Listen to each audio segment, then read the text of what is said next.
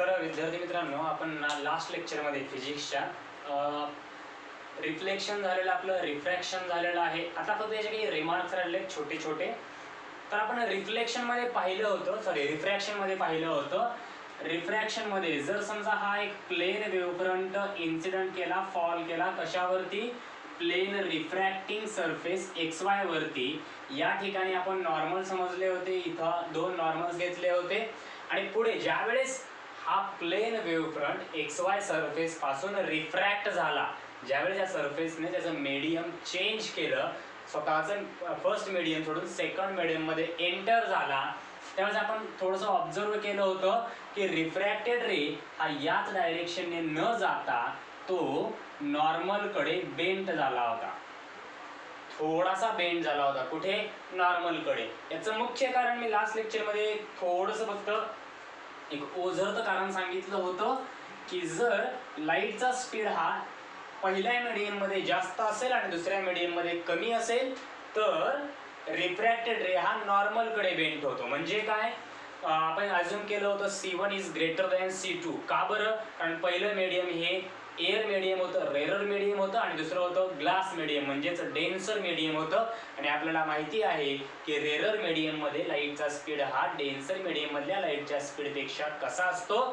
जास्त असतो. समजा आता हेच रिफ्रॅक्शन आपल्याला उलट बघायचं, हे छोटासा रिमार्क असणार आहे. ठीक आहे, नवीन असं पूर्ण डेरिव्हेशन वगैरे नाहीये, छोटासा रिमार्क आहे. If C1 is less than C2. What is C1? Speed of light in first medium. C2 speed of light in second medium. हा पहिल्या मीडियम मधला स्पीड, हा दुसऱ्या मीडियम मधला स्पीड. जर तुम्हाला हे C1 C2 वापरायचे नसतील तर न्यू बुक्स मध्ये वेलोसिटीज या C1 C2 ने दाखवता V1 V2 ने दाखवलेल्या आहेत. ठीक आहे, दोन्हीपैकी कोणतेही यूज करू शकता. कन्सेप्ट तोच असणार आहे. एक वेव्हफ्रंट आहे, प्लेन वेव्हफ्रंट आहे जो ऑब्लिकली फॉल होतोय कशावरती? XY रिफ्रॅक्टिंग सरफेस वरती. त्या ठिकाणी जर आपलं पाठीमागचं डेरिव्हेशन तुम्ही व्यवस्थित पाहिलं असेल, परफेक्ट अंडरस्टँड झाला असेल, तर हा जो मेन AB हा वेव्हफ्रंट आहे, ज्या वेळेस इथे पोहोचतो त्याला आपण नाव दिलं होतं A1 आणि या पॉइंटला नाव दिलं होतं P. आणि या B ला P पर्यंत न येता B1 पर्यंत येणं गरजेचं होतं, हे सांगितलं होतं. पुढे जेवढ्या वेळेमध्ये P पासून B1 पर्यंत ट्रॅव्हल करणार आहे तेवढ्या वेळेमध्ये त्या सेकंड मीडियम मध्ये एक वेवलेट तयार होणार आहे असं सांगितलं होतं. की ज्या ठिकाणी आपण सांगताना एक्सप्लेन केलं होतं P to B1 हे डिस्टन्स जे आपण कन्सिडर केलं होतं ते होतं C1 into T. कारण टाइम सेम होता, स्पीड फक्त वेगळा आहे. आणि या ठिकाणी जो काही वेव्हफ्रंट तयार होणार होता, समजा या ठिकाणी आपण जर R हे नाव घेतलं असेल तर A1R is equals to C2 into T होतं. पण तिथं आपण असं म्हटलं होतं की ज्यावेळेस लास्ट लेक्चर आपण शिकलं त्यावेळेस पहिला मीडियम एअर होता, हा ग्लास होता, त्यामुळे C1 हा मोठा होता C2 पेक्षा, म्हणजे पहिल्या मीडियम मध्ये स्पीड हा जास्त होता. इथं फरक काय आहे तर कंडिशन सांगितलेले, नोट सांगितलेले काय, C1 is less than C2. मी दोन्ही पद्धतीने शिकवतो, तुम्ही C1 C2 लक्षात ठेवायचं ते ठेवू शकता, किंवा सरळ स्पीडसाठी किंवा व्हेलॉसिटीसाठी आपण V1 V2 यूज करतो, कुठलंही यूज करा चालेल. इथं पहिल्या मीडियम मध्ये, फर्स्ट मीडियम मध्ये लाईटचा स्पीड हा कसा आहे तर कमी आहे. आता इथं कॉमन सेन्सचा पार्ट आहे. जर P पासून B1 पर्यंत अंतर ट्रॅव्हल करताना टाइम C1 into T आहे, A1 पासून R पर्यंत ट्रॅव्हल करताना C2 into T आहे, आणि C2 मोठा आहे. म्हणजे डिस्टन्स जे आहे ते कोणतं जास्त असेल? टाइम तर दोन्हींसाठी सेम आहे. P B1 हे डिस्टन्स जास्त असेल का A1R हे डिस्टन्स जास्त असेल? तर जिथं स्पीड जास्त ते डिस्टन्स जास्त. म्हणजे इथं स्पीड कशाचा मोठा आहे? सेकंड मीडियम मध्ये C2. त्यामुळे इथं जो वेवलेट मिळणार आहे तो वेवलेट आपल्याला कसा मिळेल? मोठ्या रेडियसचा मिळेल. कशापेक्षा मोठ्या? P B1 पासून याच्यापेक्षा थोडीशी मोठी रेडियस असणार आहे याची. आपण त्या डेरिव्हेशन मध्ये पाहू शकता, तुम्ही परत पाठीमागचा व्हिडिओ बघू शकता रिफ्रॅक्शन ऑफ लाईटचा. त्यात असं सांगितलं होतं, किंवा आपण डायग्राम ड्रॉ करताना एक महत्त्वाची नोट सांगितली होती की हा जो वेवलेट आहे त्या वेवलेटची रेडियस ही P B1 पेक्षा कमी घ्यायची. का बरं? कारण स्पीड हा सेकंड मीडियम मध्ये कमी होता, इथं स्पीड सेकंड मीडियम मध्ये जास्त आहे, त्यामुळे रेडियस मोठी असेल. आता आपण इथून एक टँजेंट ड्रॉ केला तर तो याच ठिकाणी येईल कुठे, म्हणजे आर या ठिकाणी न राहता या ठिकाणी असू शकतो आणि ही त्याची रेडियस. सॉरी, थोडासा वेवलेट जो आहे तो चुकीचा ड्रॉ झालेला आपल्याकडून.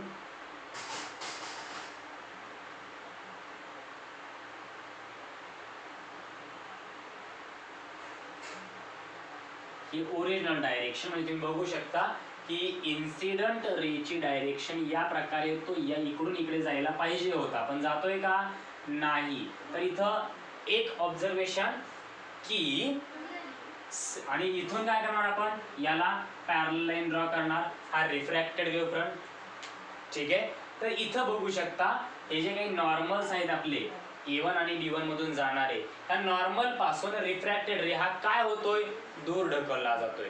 कशामुळे, कारण सेकंड मीडियम मध्ये लाईटचा स्पीड कसा आहे, जास्त आहे.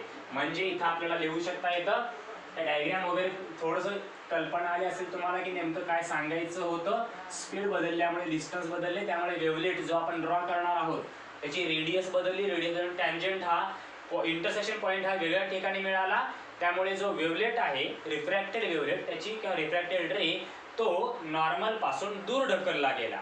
म्हणजे इथं काय लिहिता येतं, if C1 is less than C2 किंवा देन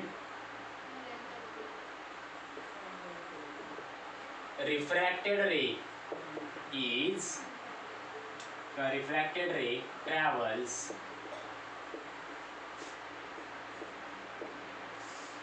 away from normal पासून हा कसा ट्रॅव्हल करतो, अवे, थोडासा दूर ढकलला जातो. आणि जर C1 मोठा असेल तर तो नॉर्मल कडे बेंड होतो, आहे या डायरेक्शनने कधीच लाईट ट्रॅव्हल करणार नाही. यासाठी एक पुढचा रिमार्क आहे की, हा पहिला झाला. दुसरा रिमार्क महत्वाचा आहे, इफ इन्सिडंट वेव्ह फ्रंट किंवा इन्सिडंट रेज म्हणू शकतो आपण. रेज का म्हणतोय, तो जो वेव्ह फ्रंट होता याला बाउंड करायचं होतं दोन रेने, त्यामुळे आपण रेज म्हणतोय. If incident rays R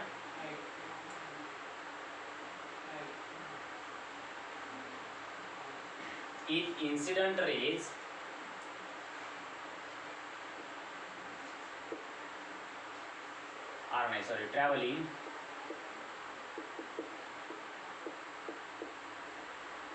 normal to surface.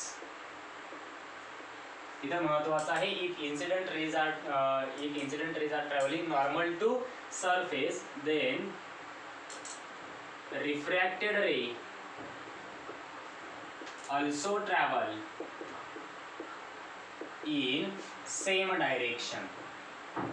म्हणजे याची डायग्राम थोडक्यात कशी असेल, जर हा XY रिफ्रॅक्टिंग सरफेस असेल, या ठिकाणी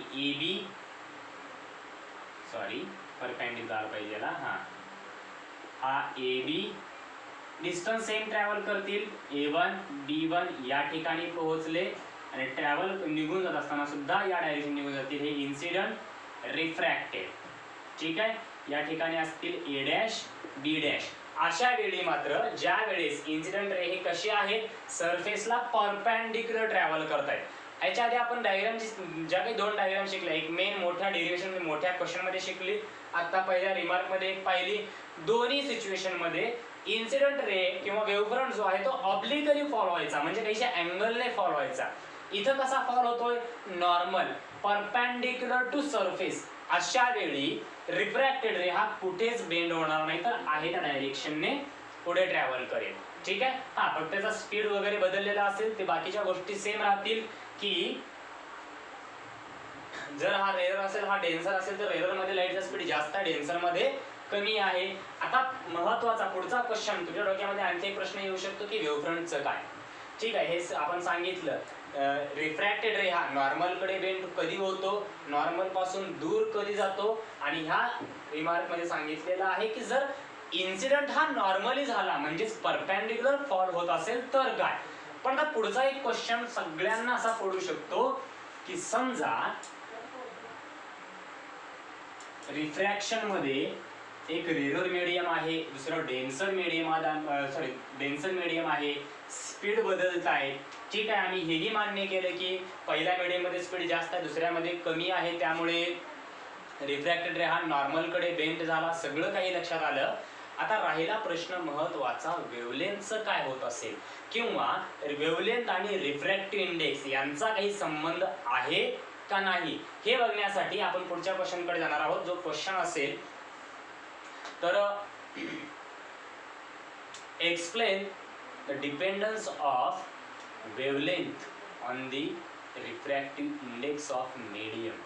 म्हणजे वेव्हलेंथ ज्या काही चेंज इन वेव्हलेंथ, एका मीडियम मधून दुसऱ्या मीडियम मध्ये ट्रॅव्हल करताना ज्या काही वेव्हलेंथ बदलणार आहेत त्या वेव्हलेंथ कशा प्रकारे बदलतात आणि त्यांच्या बदलण्याचा जो काही रेशो असेल किंवा रिलेशन असेल ते रिफ्रॅक्टिव्ह इंडेक्स वरती अवलंबून आहे का नाही हे आपल्याला पाहायचं आहे. ठीक आहे, तर सुरुवात आपण करणार आहे. मी जे काही जो काही थिओरिटिकल पार्ट आहे तो फक्त एक वेळेस वाक्य बोलणार आहे, व्यवस्थित ऐकून घ्यायचं आहे. Consider a plane wavefront is obliquely incident on a plane refracting surface from rarer medium to denser medium. Dot पहिला पॉइंट आहे. ऐकलं असेल सगळ्यांनी, एक प्लेन वेव्हफ्रंट आहे जो कसा फॉल होतोय, ऑब्लिकली फॉल होतोय. Consider a plane wavefront is obliquely fall. Obliquely म्हणजे नॉर्मली येणार आहे का, नाही तर त्याच्या अँगलने फॉल होणार आहे. Obliquely falls on plane refracting surface. ठीक आहे, and after refraction it travels into denser medium. तो कुठून ट्रॅव्हल करणार सुरुवातीला, हे रेरर मीडियम आहे, दुसरं डेन्सर मीडियम आहे. म्हणजे पहिलं मीडियम आहे रेरर आणि दुसरं मीडियम आहे डेन्सर. ऑब्वियसली एक रेरर मीडियम आहे, दुसरं डेन्सर मीडियम आहे. याचा अर्थ काय असणार आहे, तर पहिल्या मधला स्पीड हा v1, दुसऱ्या मधला स्पीड हा v2 आणि यांचं relation v1 is greater than v2. आता तुम्ही म्हणाल की आतापर्यंत आपण मागच्या एक्सप्रेशन मध्ये जे काही आपण व्हेलॉसिटी दाखवली होती ती सी दाखवली, c1 आणि c2 घेतलं होतं. इथं v1 v2 घेतोय. तर इथं थोडंसं कन्फ्युजन होण्यासारखा पार्ट आहे की न्यू बुक्स मध्ये व्हेलॉसिटी सुद्धा याच कन्सेप्ट मध्ये, हा जो काही कन्सेप्ट तुमच्या न्यू बुक मध्ये आला असेल त्यात व्हेलॉसिटी पण व्हीनेच दाखवलेली आहे, त्याच सोबत फ्रिक्वेन्सी सुद्धा व्हीनेच दाखवलेली आहे. अशा वेळी काय करायचंय, तर व्हेलॉसिटी ही या प्रकारच्या व्ही दाखवायची आहे आणि फ्रिक्वेन्सी स्मॉल व्ही. आता जनरली आपल्याला सवय असते कॅपिटल व्ही असो किंवा स्मॉल व्ही असो, आपण एकच फक्त कॅपिटल म्हटलं तर मोठं अक्षर असेल तर थोडंसं साईज वाढवतो, तसं नाही. तर हे या प्रकारे थोडंसं लिहू शकता. गॅमा काढल्याप्रमाणे, पूर्ण गॅमा काढायचा नाही, गॅमा या प्रकारे असेल. थोडंसं एक लाईन स्ट्रेट ठेवायचे, इथं थोडंसं बेंड करायचं, याला काय म्हणायचंय, फ्रिक्वेन्सी. यानंतर बघूया आपण की इथे एक रेरर मीडियम आहे, दुसरं डेन्सर मीडियम मध्ये आहे. पहिल्या मीडियमचा स्पीड हा दुसऱ्या मीडियम मध्ये लाईटचा स्पीड जास्त, पहिल्या मीडियम मध्ये जास्त असेल, डेन्सर मध्ये लाईटचा स्पीड कमी असेल. स्नेल्स लॉ आपण इथून काय प्रूव्ह केला होता, तर n2 divide by n1 is equals to refractive index of second medium with respect to first medium is speed of light in first medium to speed of light in second medium. हा पाठीमागच्या एक्सप्रेशनचा part आहे जो आपण prove केला होता, तो इथं use करायचा आहे आपल्याला. ठीक आहे, तर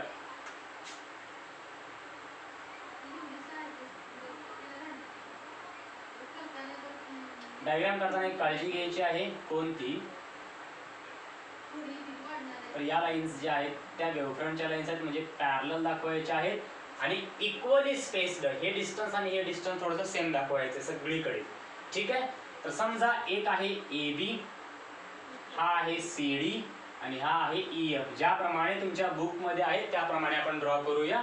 म्हणजे तुम्ही बुक्स रेफर करत असताना, अभ्यासाला बसत असताना जर बुक्स रेफर करता बोर्डचे, तर कन्फ्युजन क्रिएट होणार नाही. त्यामुळे आपण सिम्बॉल जनरली तेच ठेवण्याचा प्रयत्न करतो, डायग्राम मध्ये तशाच काढायचा प्रयत्न करतोय. तरी एखाद्या वेळेस काही सिम्बॉल बदलत असेल किंवा डायग्राम मध्ये काही नावं बदलत असतील तरी तुम्ही समजू शकता.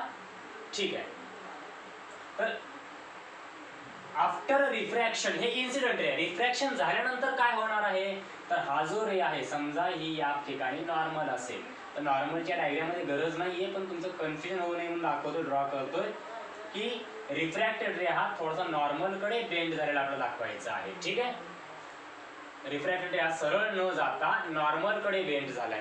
त्याचबरोबर एबीचं रिफ्रॅक्शन काय, सीडीचं रिफ्रॅक्शन काय आणि ईएफचं रिफ्रॅक्शन काय हे सगळं आपल्याला दाखवलं पाहिजे. तर आपण डायग्राम मध्ये इथं वेवलेट तयार केला होता आणि इथून या प्रकारे होता हा B1 आणि इथं पहिला पार्ट होता A डॅश, असं अशा प्रकारे म्हटला तरी चालेल. किंवा सिंपल या ठिकाणी काम करूया, A डॅश B डॅश, दुसरी लाईन पॅरलल ड्रॉ करायला पाहिजे, C डॅश D डॅश आणि तिसरी line E dash F dash. फक्त इथे डायग्राम मध्ये तुम्ही एक ऑब्झर्व करू शकता की AC आणि CE यांच्यामध्ये डिस्टन्स जे काही सेम होतं ते इथल्या डिस्टन्सच्या कंपॅरिझन मध्ये जास्त होतं. इथं ते डिस्टन्स कसं आहे, कमी आहे. का कमी आहे ते आपल्याला कळू शकतं. थोडंसं रिफ्रॅक्शनचे परत एकदा रूल आपल्याला आठवले पाहिजे किंवा काही कन्सेप्ट कळले पाहिजेत. लाईट कोणत्या मीडियम मधून कोणत्या मीडियम मध्ये ट्रॅव्हल करते, रेरर मीडियम मधून डेन्सर मीडियम मध्ये ट्रॅव्हल करते. म्हणजे रेरर मध्ये लाईटचा स्पीड जास्त आहे, डेन्सर मध्ये लाईटचा स्पीड कमी आहे. बरोबर. ज्या वेळेस आपलं वाक्य काय काय लिहायचे, सुरुवातीला सांगितल्याप्रमाणे consider a wavefront is incident on a plane refracting surface xy or obliquely incident. These wavefronts are denoted by AB, CD and EF which are equally spaced. नीट ऐकायचं आहे, हे वाक्य तुम्हाला लिहून घ्यायचे. These wavefronts are represented, position of wavefronts are represented by AB, CD and EF which are equally spaced and their distance is lambda 1. Their distance is lambda 1. म्हणजे हे काय असणार आहे आपली, तर wavelength in rarer medium.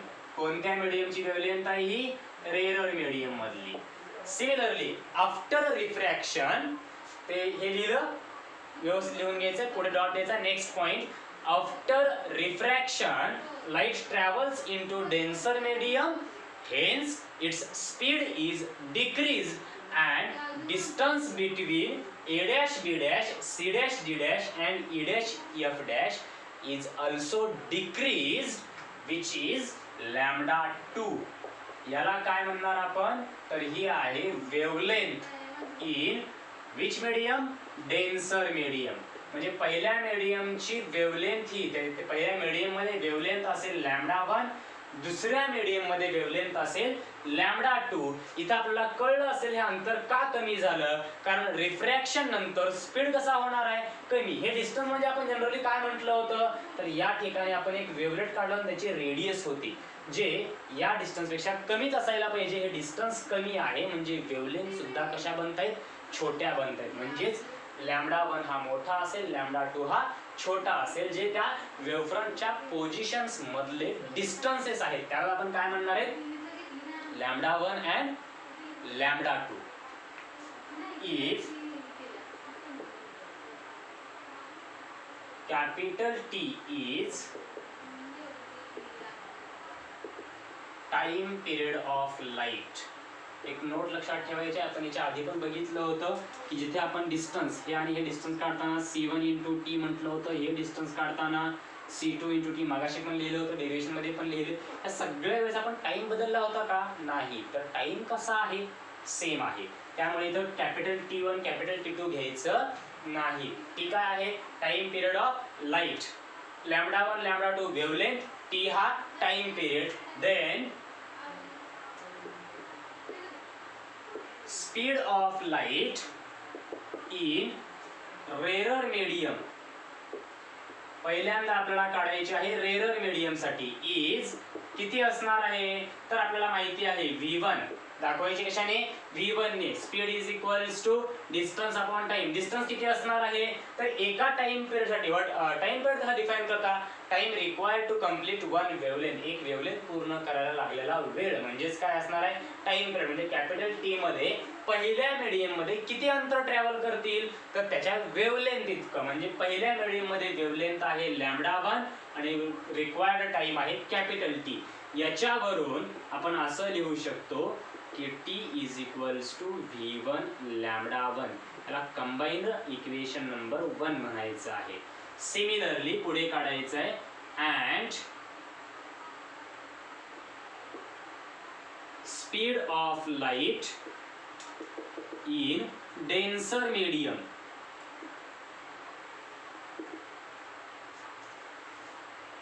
Is काय असणार आहे तर v2 इज इक्वल्स टू, आता टाइम बदलतोय का नाही, त्यामुळे t ऍज इट असेल, फक्त बदलणार काय आहे डिस्टन्स, त्याला आपण काय म्हणणार लॅम्बडा 2. याच्यावरून आपल्याला लिहिता येतं capital T is equals to v2 into lambda 2. Capital T is equals to v2 into lambda 2. याला इक्वेशन नंबर 2. डेरिव्हेशन काय खूप अवघड नाहीये, मोठं नाही, हे दोन इक्वेशन जर तयार झाले पुढे फक्त मॅथमॅटिकल पार्ट आहे जो आपल्याला प्रूव्ह करावा लागेल. ठीक आहे, हे झालं असेल तर पुढे जाऊया. इक्वेशन मध्ये दोन लक्षात ठेवा की v1 is equals to lambda 1 divide by t किंवा t is equals to v1 lambda 1 आणि तर v2 is equals to lambda 2 divide by t किंवा यालाच काय लिहिता येतं t is equals to v2 into lambda 2. But ह्या दोन्ही इक्वेशन मध्ये कॅपिटल T हा कसा राहिलेला आहे तर तो कॉन्स्टंट राहिलेला आहे. कॅपिटल T कसा आहे कॉन्स्टंट आहे, म्हणजे आपण इथं काय म्हणणार आहोत as capital T is constant. Capital T हा कसा आहे कॉन्स्टंट आहे. याचाच अर्थ काय होतो तर therefore दोन्ही इक्वेशनला इक्वेट करायचं आहे, म्हणजे आपल्याला लिहिता येतं v2 lambda 2 is equals to v1 lambda 1. का हे कॅपिटल T कॉन्स्टंट म्हटला तरी चालेल किंवा from equation first and second म्हटला तरी चालेल, की जिथे लेफ्ट साइड ह्या कॅपिटल T होत्या, राईट साइड मात्र पहिल्यामध्ये v1 लॅम्बडा 1 दुसऱ्यामध्ये v2 लॅम्बडा 2 होती. इथं आपण लिहिलं v2 lambda 2 is equals to v1 lambda 1. याच्यासाठी आपण वेवलेंथ इन सेकंड मीडियम, लाईटचा जो काही वेवलेंथ असणार आहे कोणत्या मीडियम मध्ये डेन्सर, सेकंड म्हणजेच कोणतं तर डेन्सर मीडियम मध्ये किती असेल हे डिस्कस करतोय. त्यासाठी v1 lambda 1 divide bye v2, याला थोडंसं आपण सेपरेट लिहिलं तर v1 divide by v2 into lambda 1 हे लिहिता येऊ शकतं. आता रिलेशन नीट बघायचं आहे. v1 डिवाइड बाय v2 म्हणजेच काय आहे n2 divide by n1. Refractive index lambda 2 is equals to refractive index of second medium with respect to first medium into wavelength in first medium. First म्हणजेच rarer, second म्हणजे कोणता medium आहे denser medium. तर हे झालं equation. समजा हे correct equation आहे, काही प्रॉब्लेम नाहीये. हा इथं जर तुम्हाला n2 साठी इक्वेशन तयार करायचं असेल तर तुम्ही याला थोडासा चेंज करू शकता. हे इक्वेशन आपण कशात तयार केलेलं आहे लॅम्बडा साठी. लॅम्बडा म्हणजेच वेवलेंथ इन डेन्सर मीडियम. परंतु आपला क्वेश्चन काय असणार आहे डिपेंडन्स. ठीक आहे, काही प्रॉब्लेम नाही. ॲज इट इज आपला जो क्वेश्चन आहे त्याला आन्सर मिळाले dependence of wavelength on the refractive index. Wavelength हा कशावरती अवलंबून आहे रिफ्रॅक्टिव्ह इंडेक्स वरती. ओके, तसंच इफ याच्यावरून तुम्ही n2 डिवाइड बाय n1 साठी सुद्धा इक्वेशन तयार करू शकता किंवा फक्त n2 साठी इक्वेशन तयार करू शकता. चॉईस पूर्णपणे तुमची आहे. किंवा लॅम्बडा 1 साठी इक्वेशन तयार करू शकता. टोटल अपोजिट होणार आहे n1 divide by n2 into lambda 2 is equals to lambda 1. Equation 3 ते 4 प्रकारे फिरवता येऊ शकतं, की जे बदललेलं इक्वेशन आपल्याला न्यूमरिकल सॉल्व करण्यासाठी गरजेचं पडतं. If light travels, this is important, बघा व्यवस्थित, फ्रॉम व्हॅक्यूम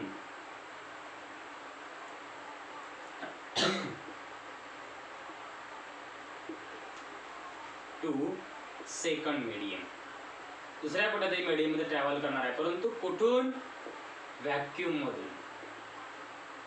दॅट इज याचाच अर्थ काय तर व्हॅक्यूम म्हटलं की तिथं लॅम्बडा 1 याची व्हॅल्यू बनते लॅम्बडा 0. व्हॅक्यूम मध्ये लाईटचा वेवलेंथ कधीही कशाने दाखवायचा लॅम्बडा 0 ने. And refractive index of vacuum is always 1. तो किती असतो 1 असतो. एअरचा पण 1 असतो, इथं आपण व्हॅक्यूमचा कन्सिडर करतोय. त्यामुळे हे इक्वेशन काय बनणार आहे therefore lambda 2 is equals to, किंवा तुमच्या बुक्स मध्ये दिल्याप्रमाणे वेवलेंथ लॅम्बडा 0 घ्यायचे, रिफ्रॅक्टिव्ह इंडेक्स यांनी सांगितलंच नाही, आपण तो 1 कन्सिडर केला, आणि लॅम्बडा 2 म्हणजेच फक्त काय घ्यायचं आहे, लॅम्बडा म्हणजे ज्या मीडियम मध्ये जाणार आहे रिफ्रॅक्शनच्या नंतर त्याचा वेवलेंथ फक्त किती घ्यायचा आहे, लॅम्बडा. सो इक्वेशन काय बनणार आहे, as it is n divide by 1 into lambda 1 किंवा n is equals to lambda divide by lambda 0. हां, n is equals to lambda divide by lambda 0. हे n कुठून आलं, तर refractive index of second medium जो किती बनणार आहे, n2 is equals to n. हे नोटेशन आहे, इक्वेशन या प्रकारे बदलू शकतील. हे थोडंसं नाही कळलं तरी चालेल, कारण फक्त नोटेशन बदलायचे. हे मेन इक्वेशन आहे. जर हे कळलं असेल तर पूर्ण कन्सेप्ट कळाला, समजला असं आपल्याला म्हणता येतं. हे इक्वेशन 3 ते 4 प्रकारे चेंज होऊ शकतं. त्यामुळे अदलून बदलून किंवा फक्त n2 साठी इक्वेशन तयार करणं, फक्त n1 साठी इक्वेशन तयार करणं, फक्त लॅम्बडा 1 साठी इक्वेशन तयार करणं, कारण फक्त लॅम्बडा 2 मी ऑलरेडी तयार करून दिले. आणखी 3 प्रकारे इक्वेशन तुम्हाला बनवता येतं. ते बनवायचं आहे, जे प्रॅक्टिस करायचं, लक्षात ठेवायचं आहे. का तर न्यूमरिकल मध्ये यूज करताना कशाची किंमत काढावी लागेल हे आपल्याला सांगता येत नाही. त्यामुळे व्यवस्थित कॉन्सन्ट्रेशन हे शिकायचं आहे. आता तर इथं रिफ्लेक्शन रिफ्रॅक्शन हा टोटल पार्ट संपला. इथून पुढे महत्त्वाचा जो आपण नेक्स्ट लेक्चरमध्ये शिकवणार आहोत, डिस्कस करणार आहोत, तो आहे पोलरायझेशन ऑफ लाईट. सर्वांना आठवत असेल चॅप्टरच्या सुरुवातीला आपण न्यूटन्स कॉर्पुस्क्युलर थेरी शिकली होती, जिला या बुकमध्ये फक्त कॉर्पुस्क्युलर थेरी असं नाव आहे, आणि त्यात सांगितलं होतं की पोलरायझेशन वगैरे एक्सप्लेन करू शकत नाही. परंतु पुढे येऊन आपण पाहिलं होतं हायजेन्स वेव्ह थेरी. ते तुम्ही सुरुवातीचे जर लेक्चर पाहिले असतील किंवा बुक्स तुमच्याकडे आहेत, मेरिट्स डे मेरिट्स प्रत्येक जे बघत गेलात तर आपण शिकलो होतो की पोलरायझेशन सुद्धा एक्सप्लेन करता येऊ शकतं. मग ते कशा प्रकारे एक्सप्लेन करायचं आहे, पोलरायझेशन लाईटचं काय असतं, कशा प्रकारे घडतं, हे सगळं काही आपल्याला नेक्स्ट लेक्चरमध्ये बघायचं आहे. पण परत सांगतोय, ते पोलरायझेशन कळण्यासाठी वेव्हफ्रंट आणि वेव्ह नॉर्मल हे 2 डेफिनेशन, हे 2 कन्सेप्ट परफेक्ट असणं गरजेचं आहे. परत एकदा ते व्यवस्थित रीड करा, लिहून घेतलं असेल तर, नसेल तर पाठीमागची व्हिडिओ परत पहा. आत्तापर्यंत जेवढं शिकवून झालेलं चॅप्टरमध्ये ते परफेक्ट असेल तर पोलरायझेशन समजेल. ठीक आहे, तर हे बाकीचं आपण नेक्स्ट लेक्चरमध्ये बघूया. थँक्यू.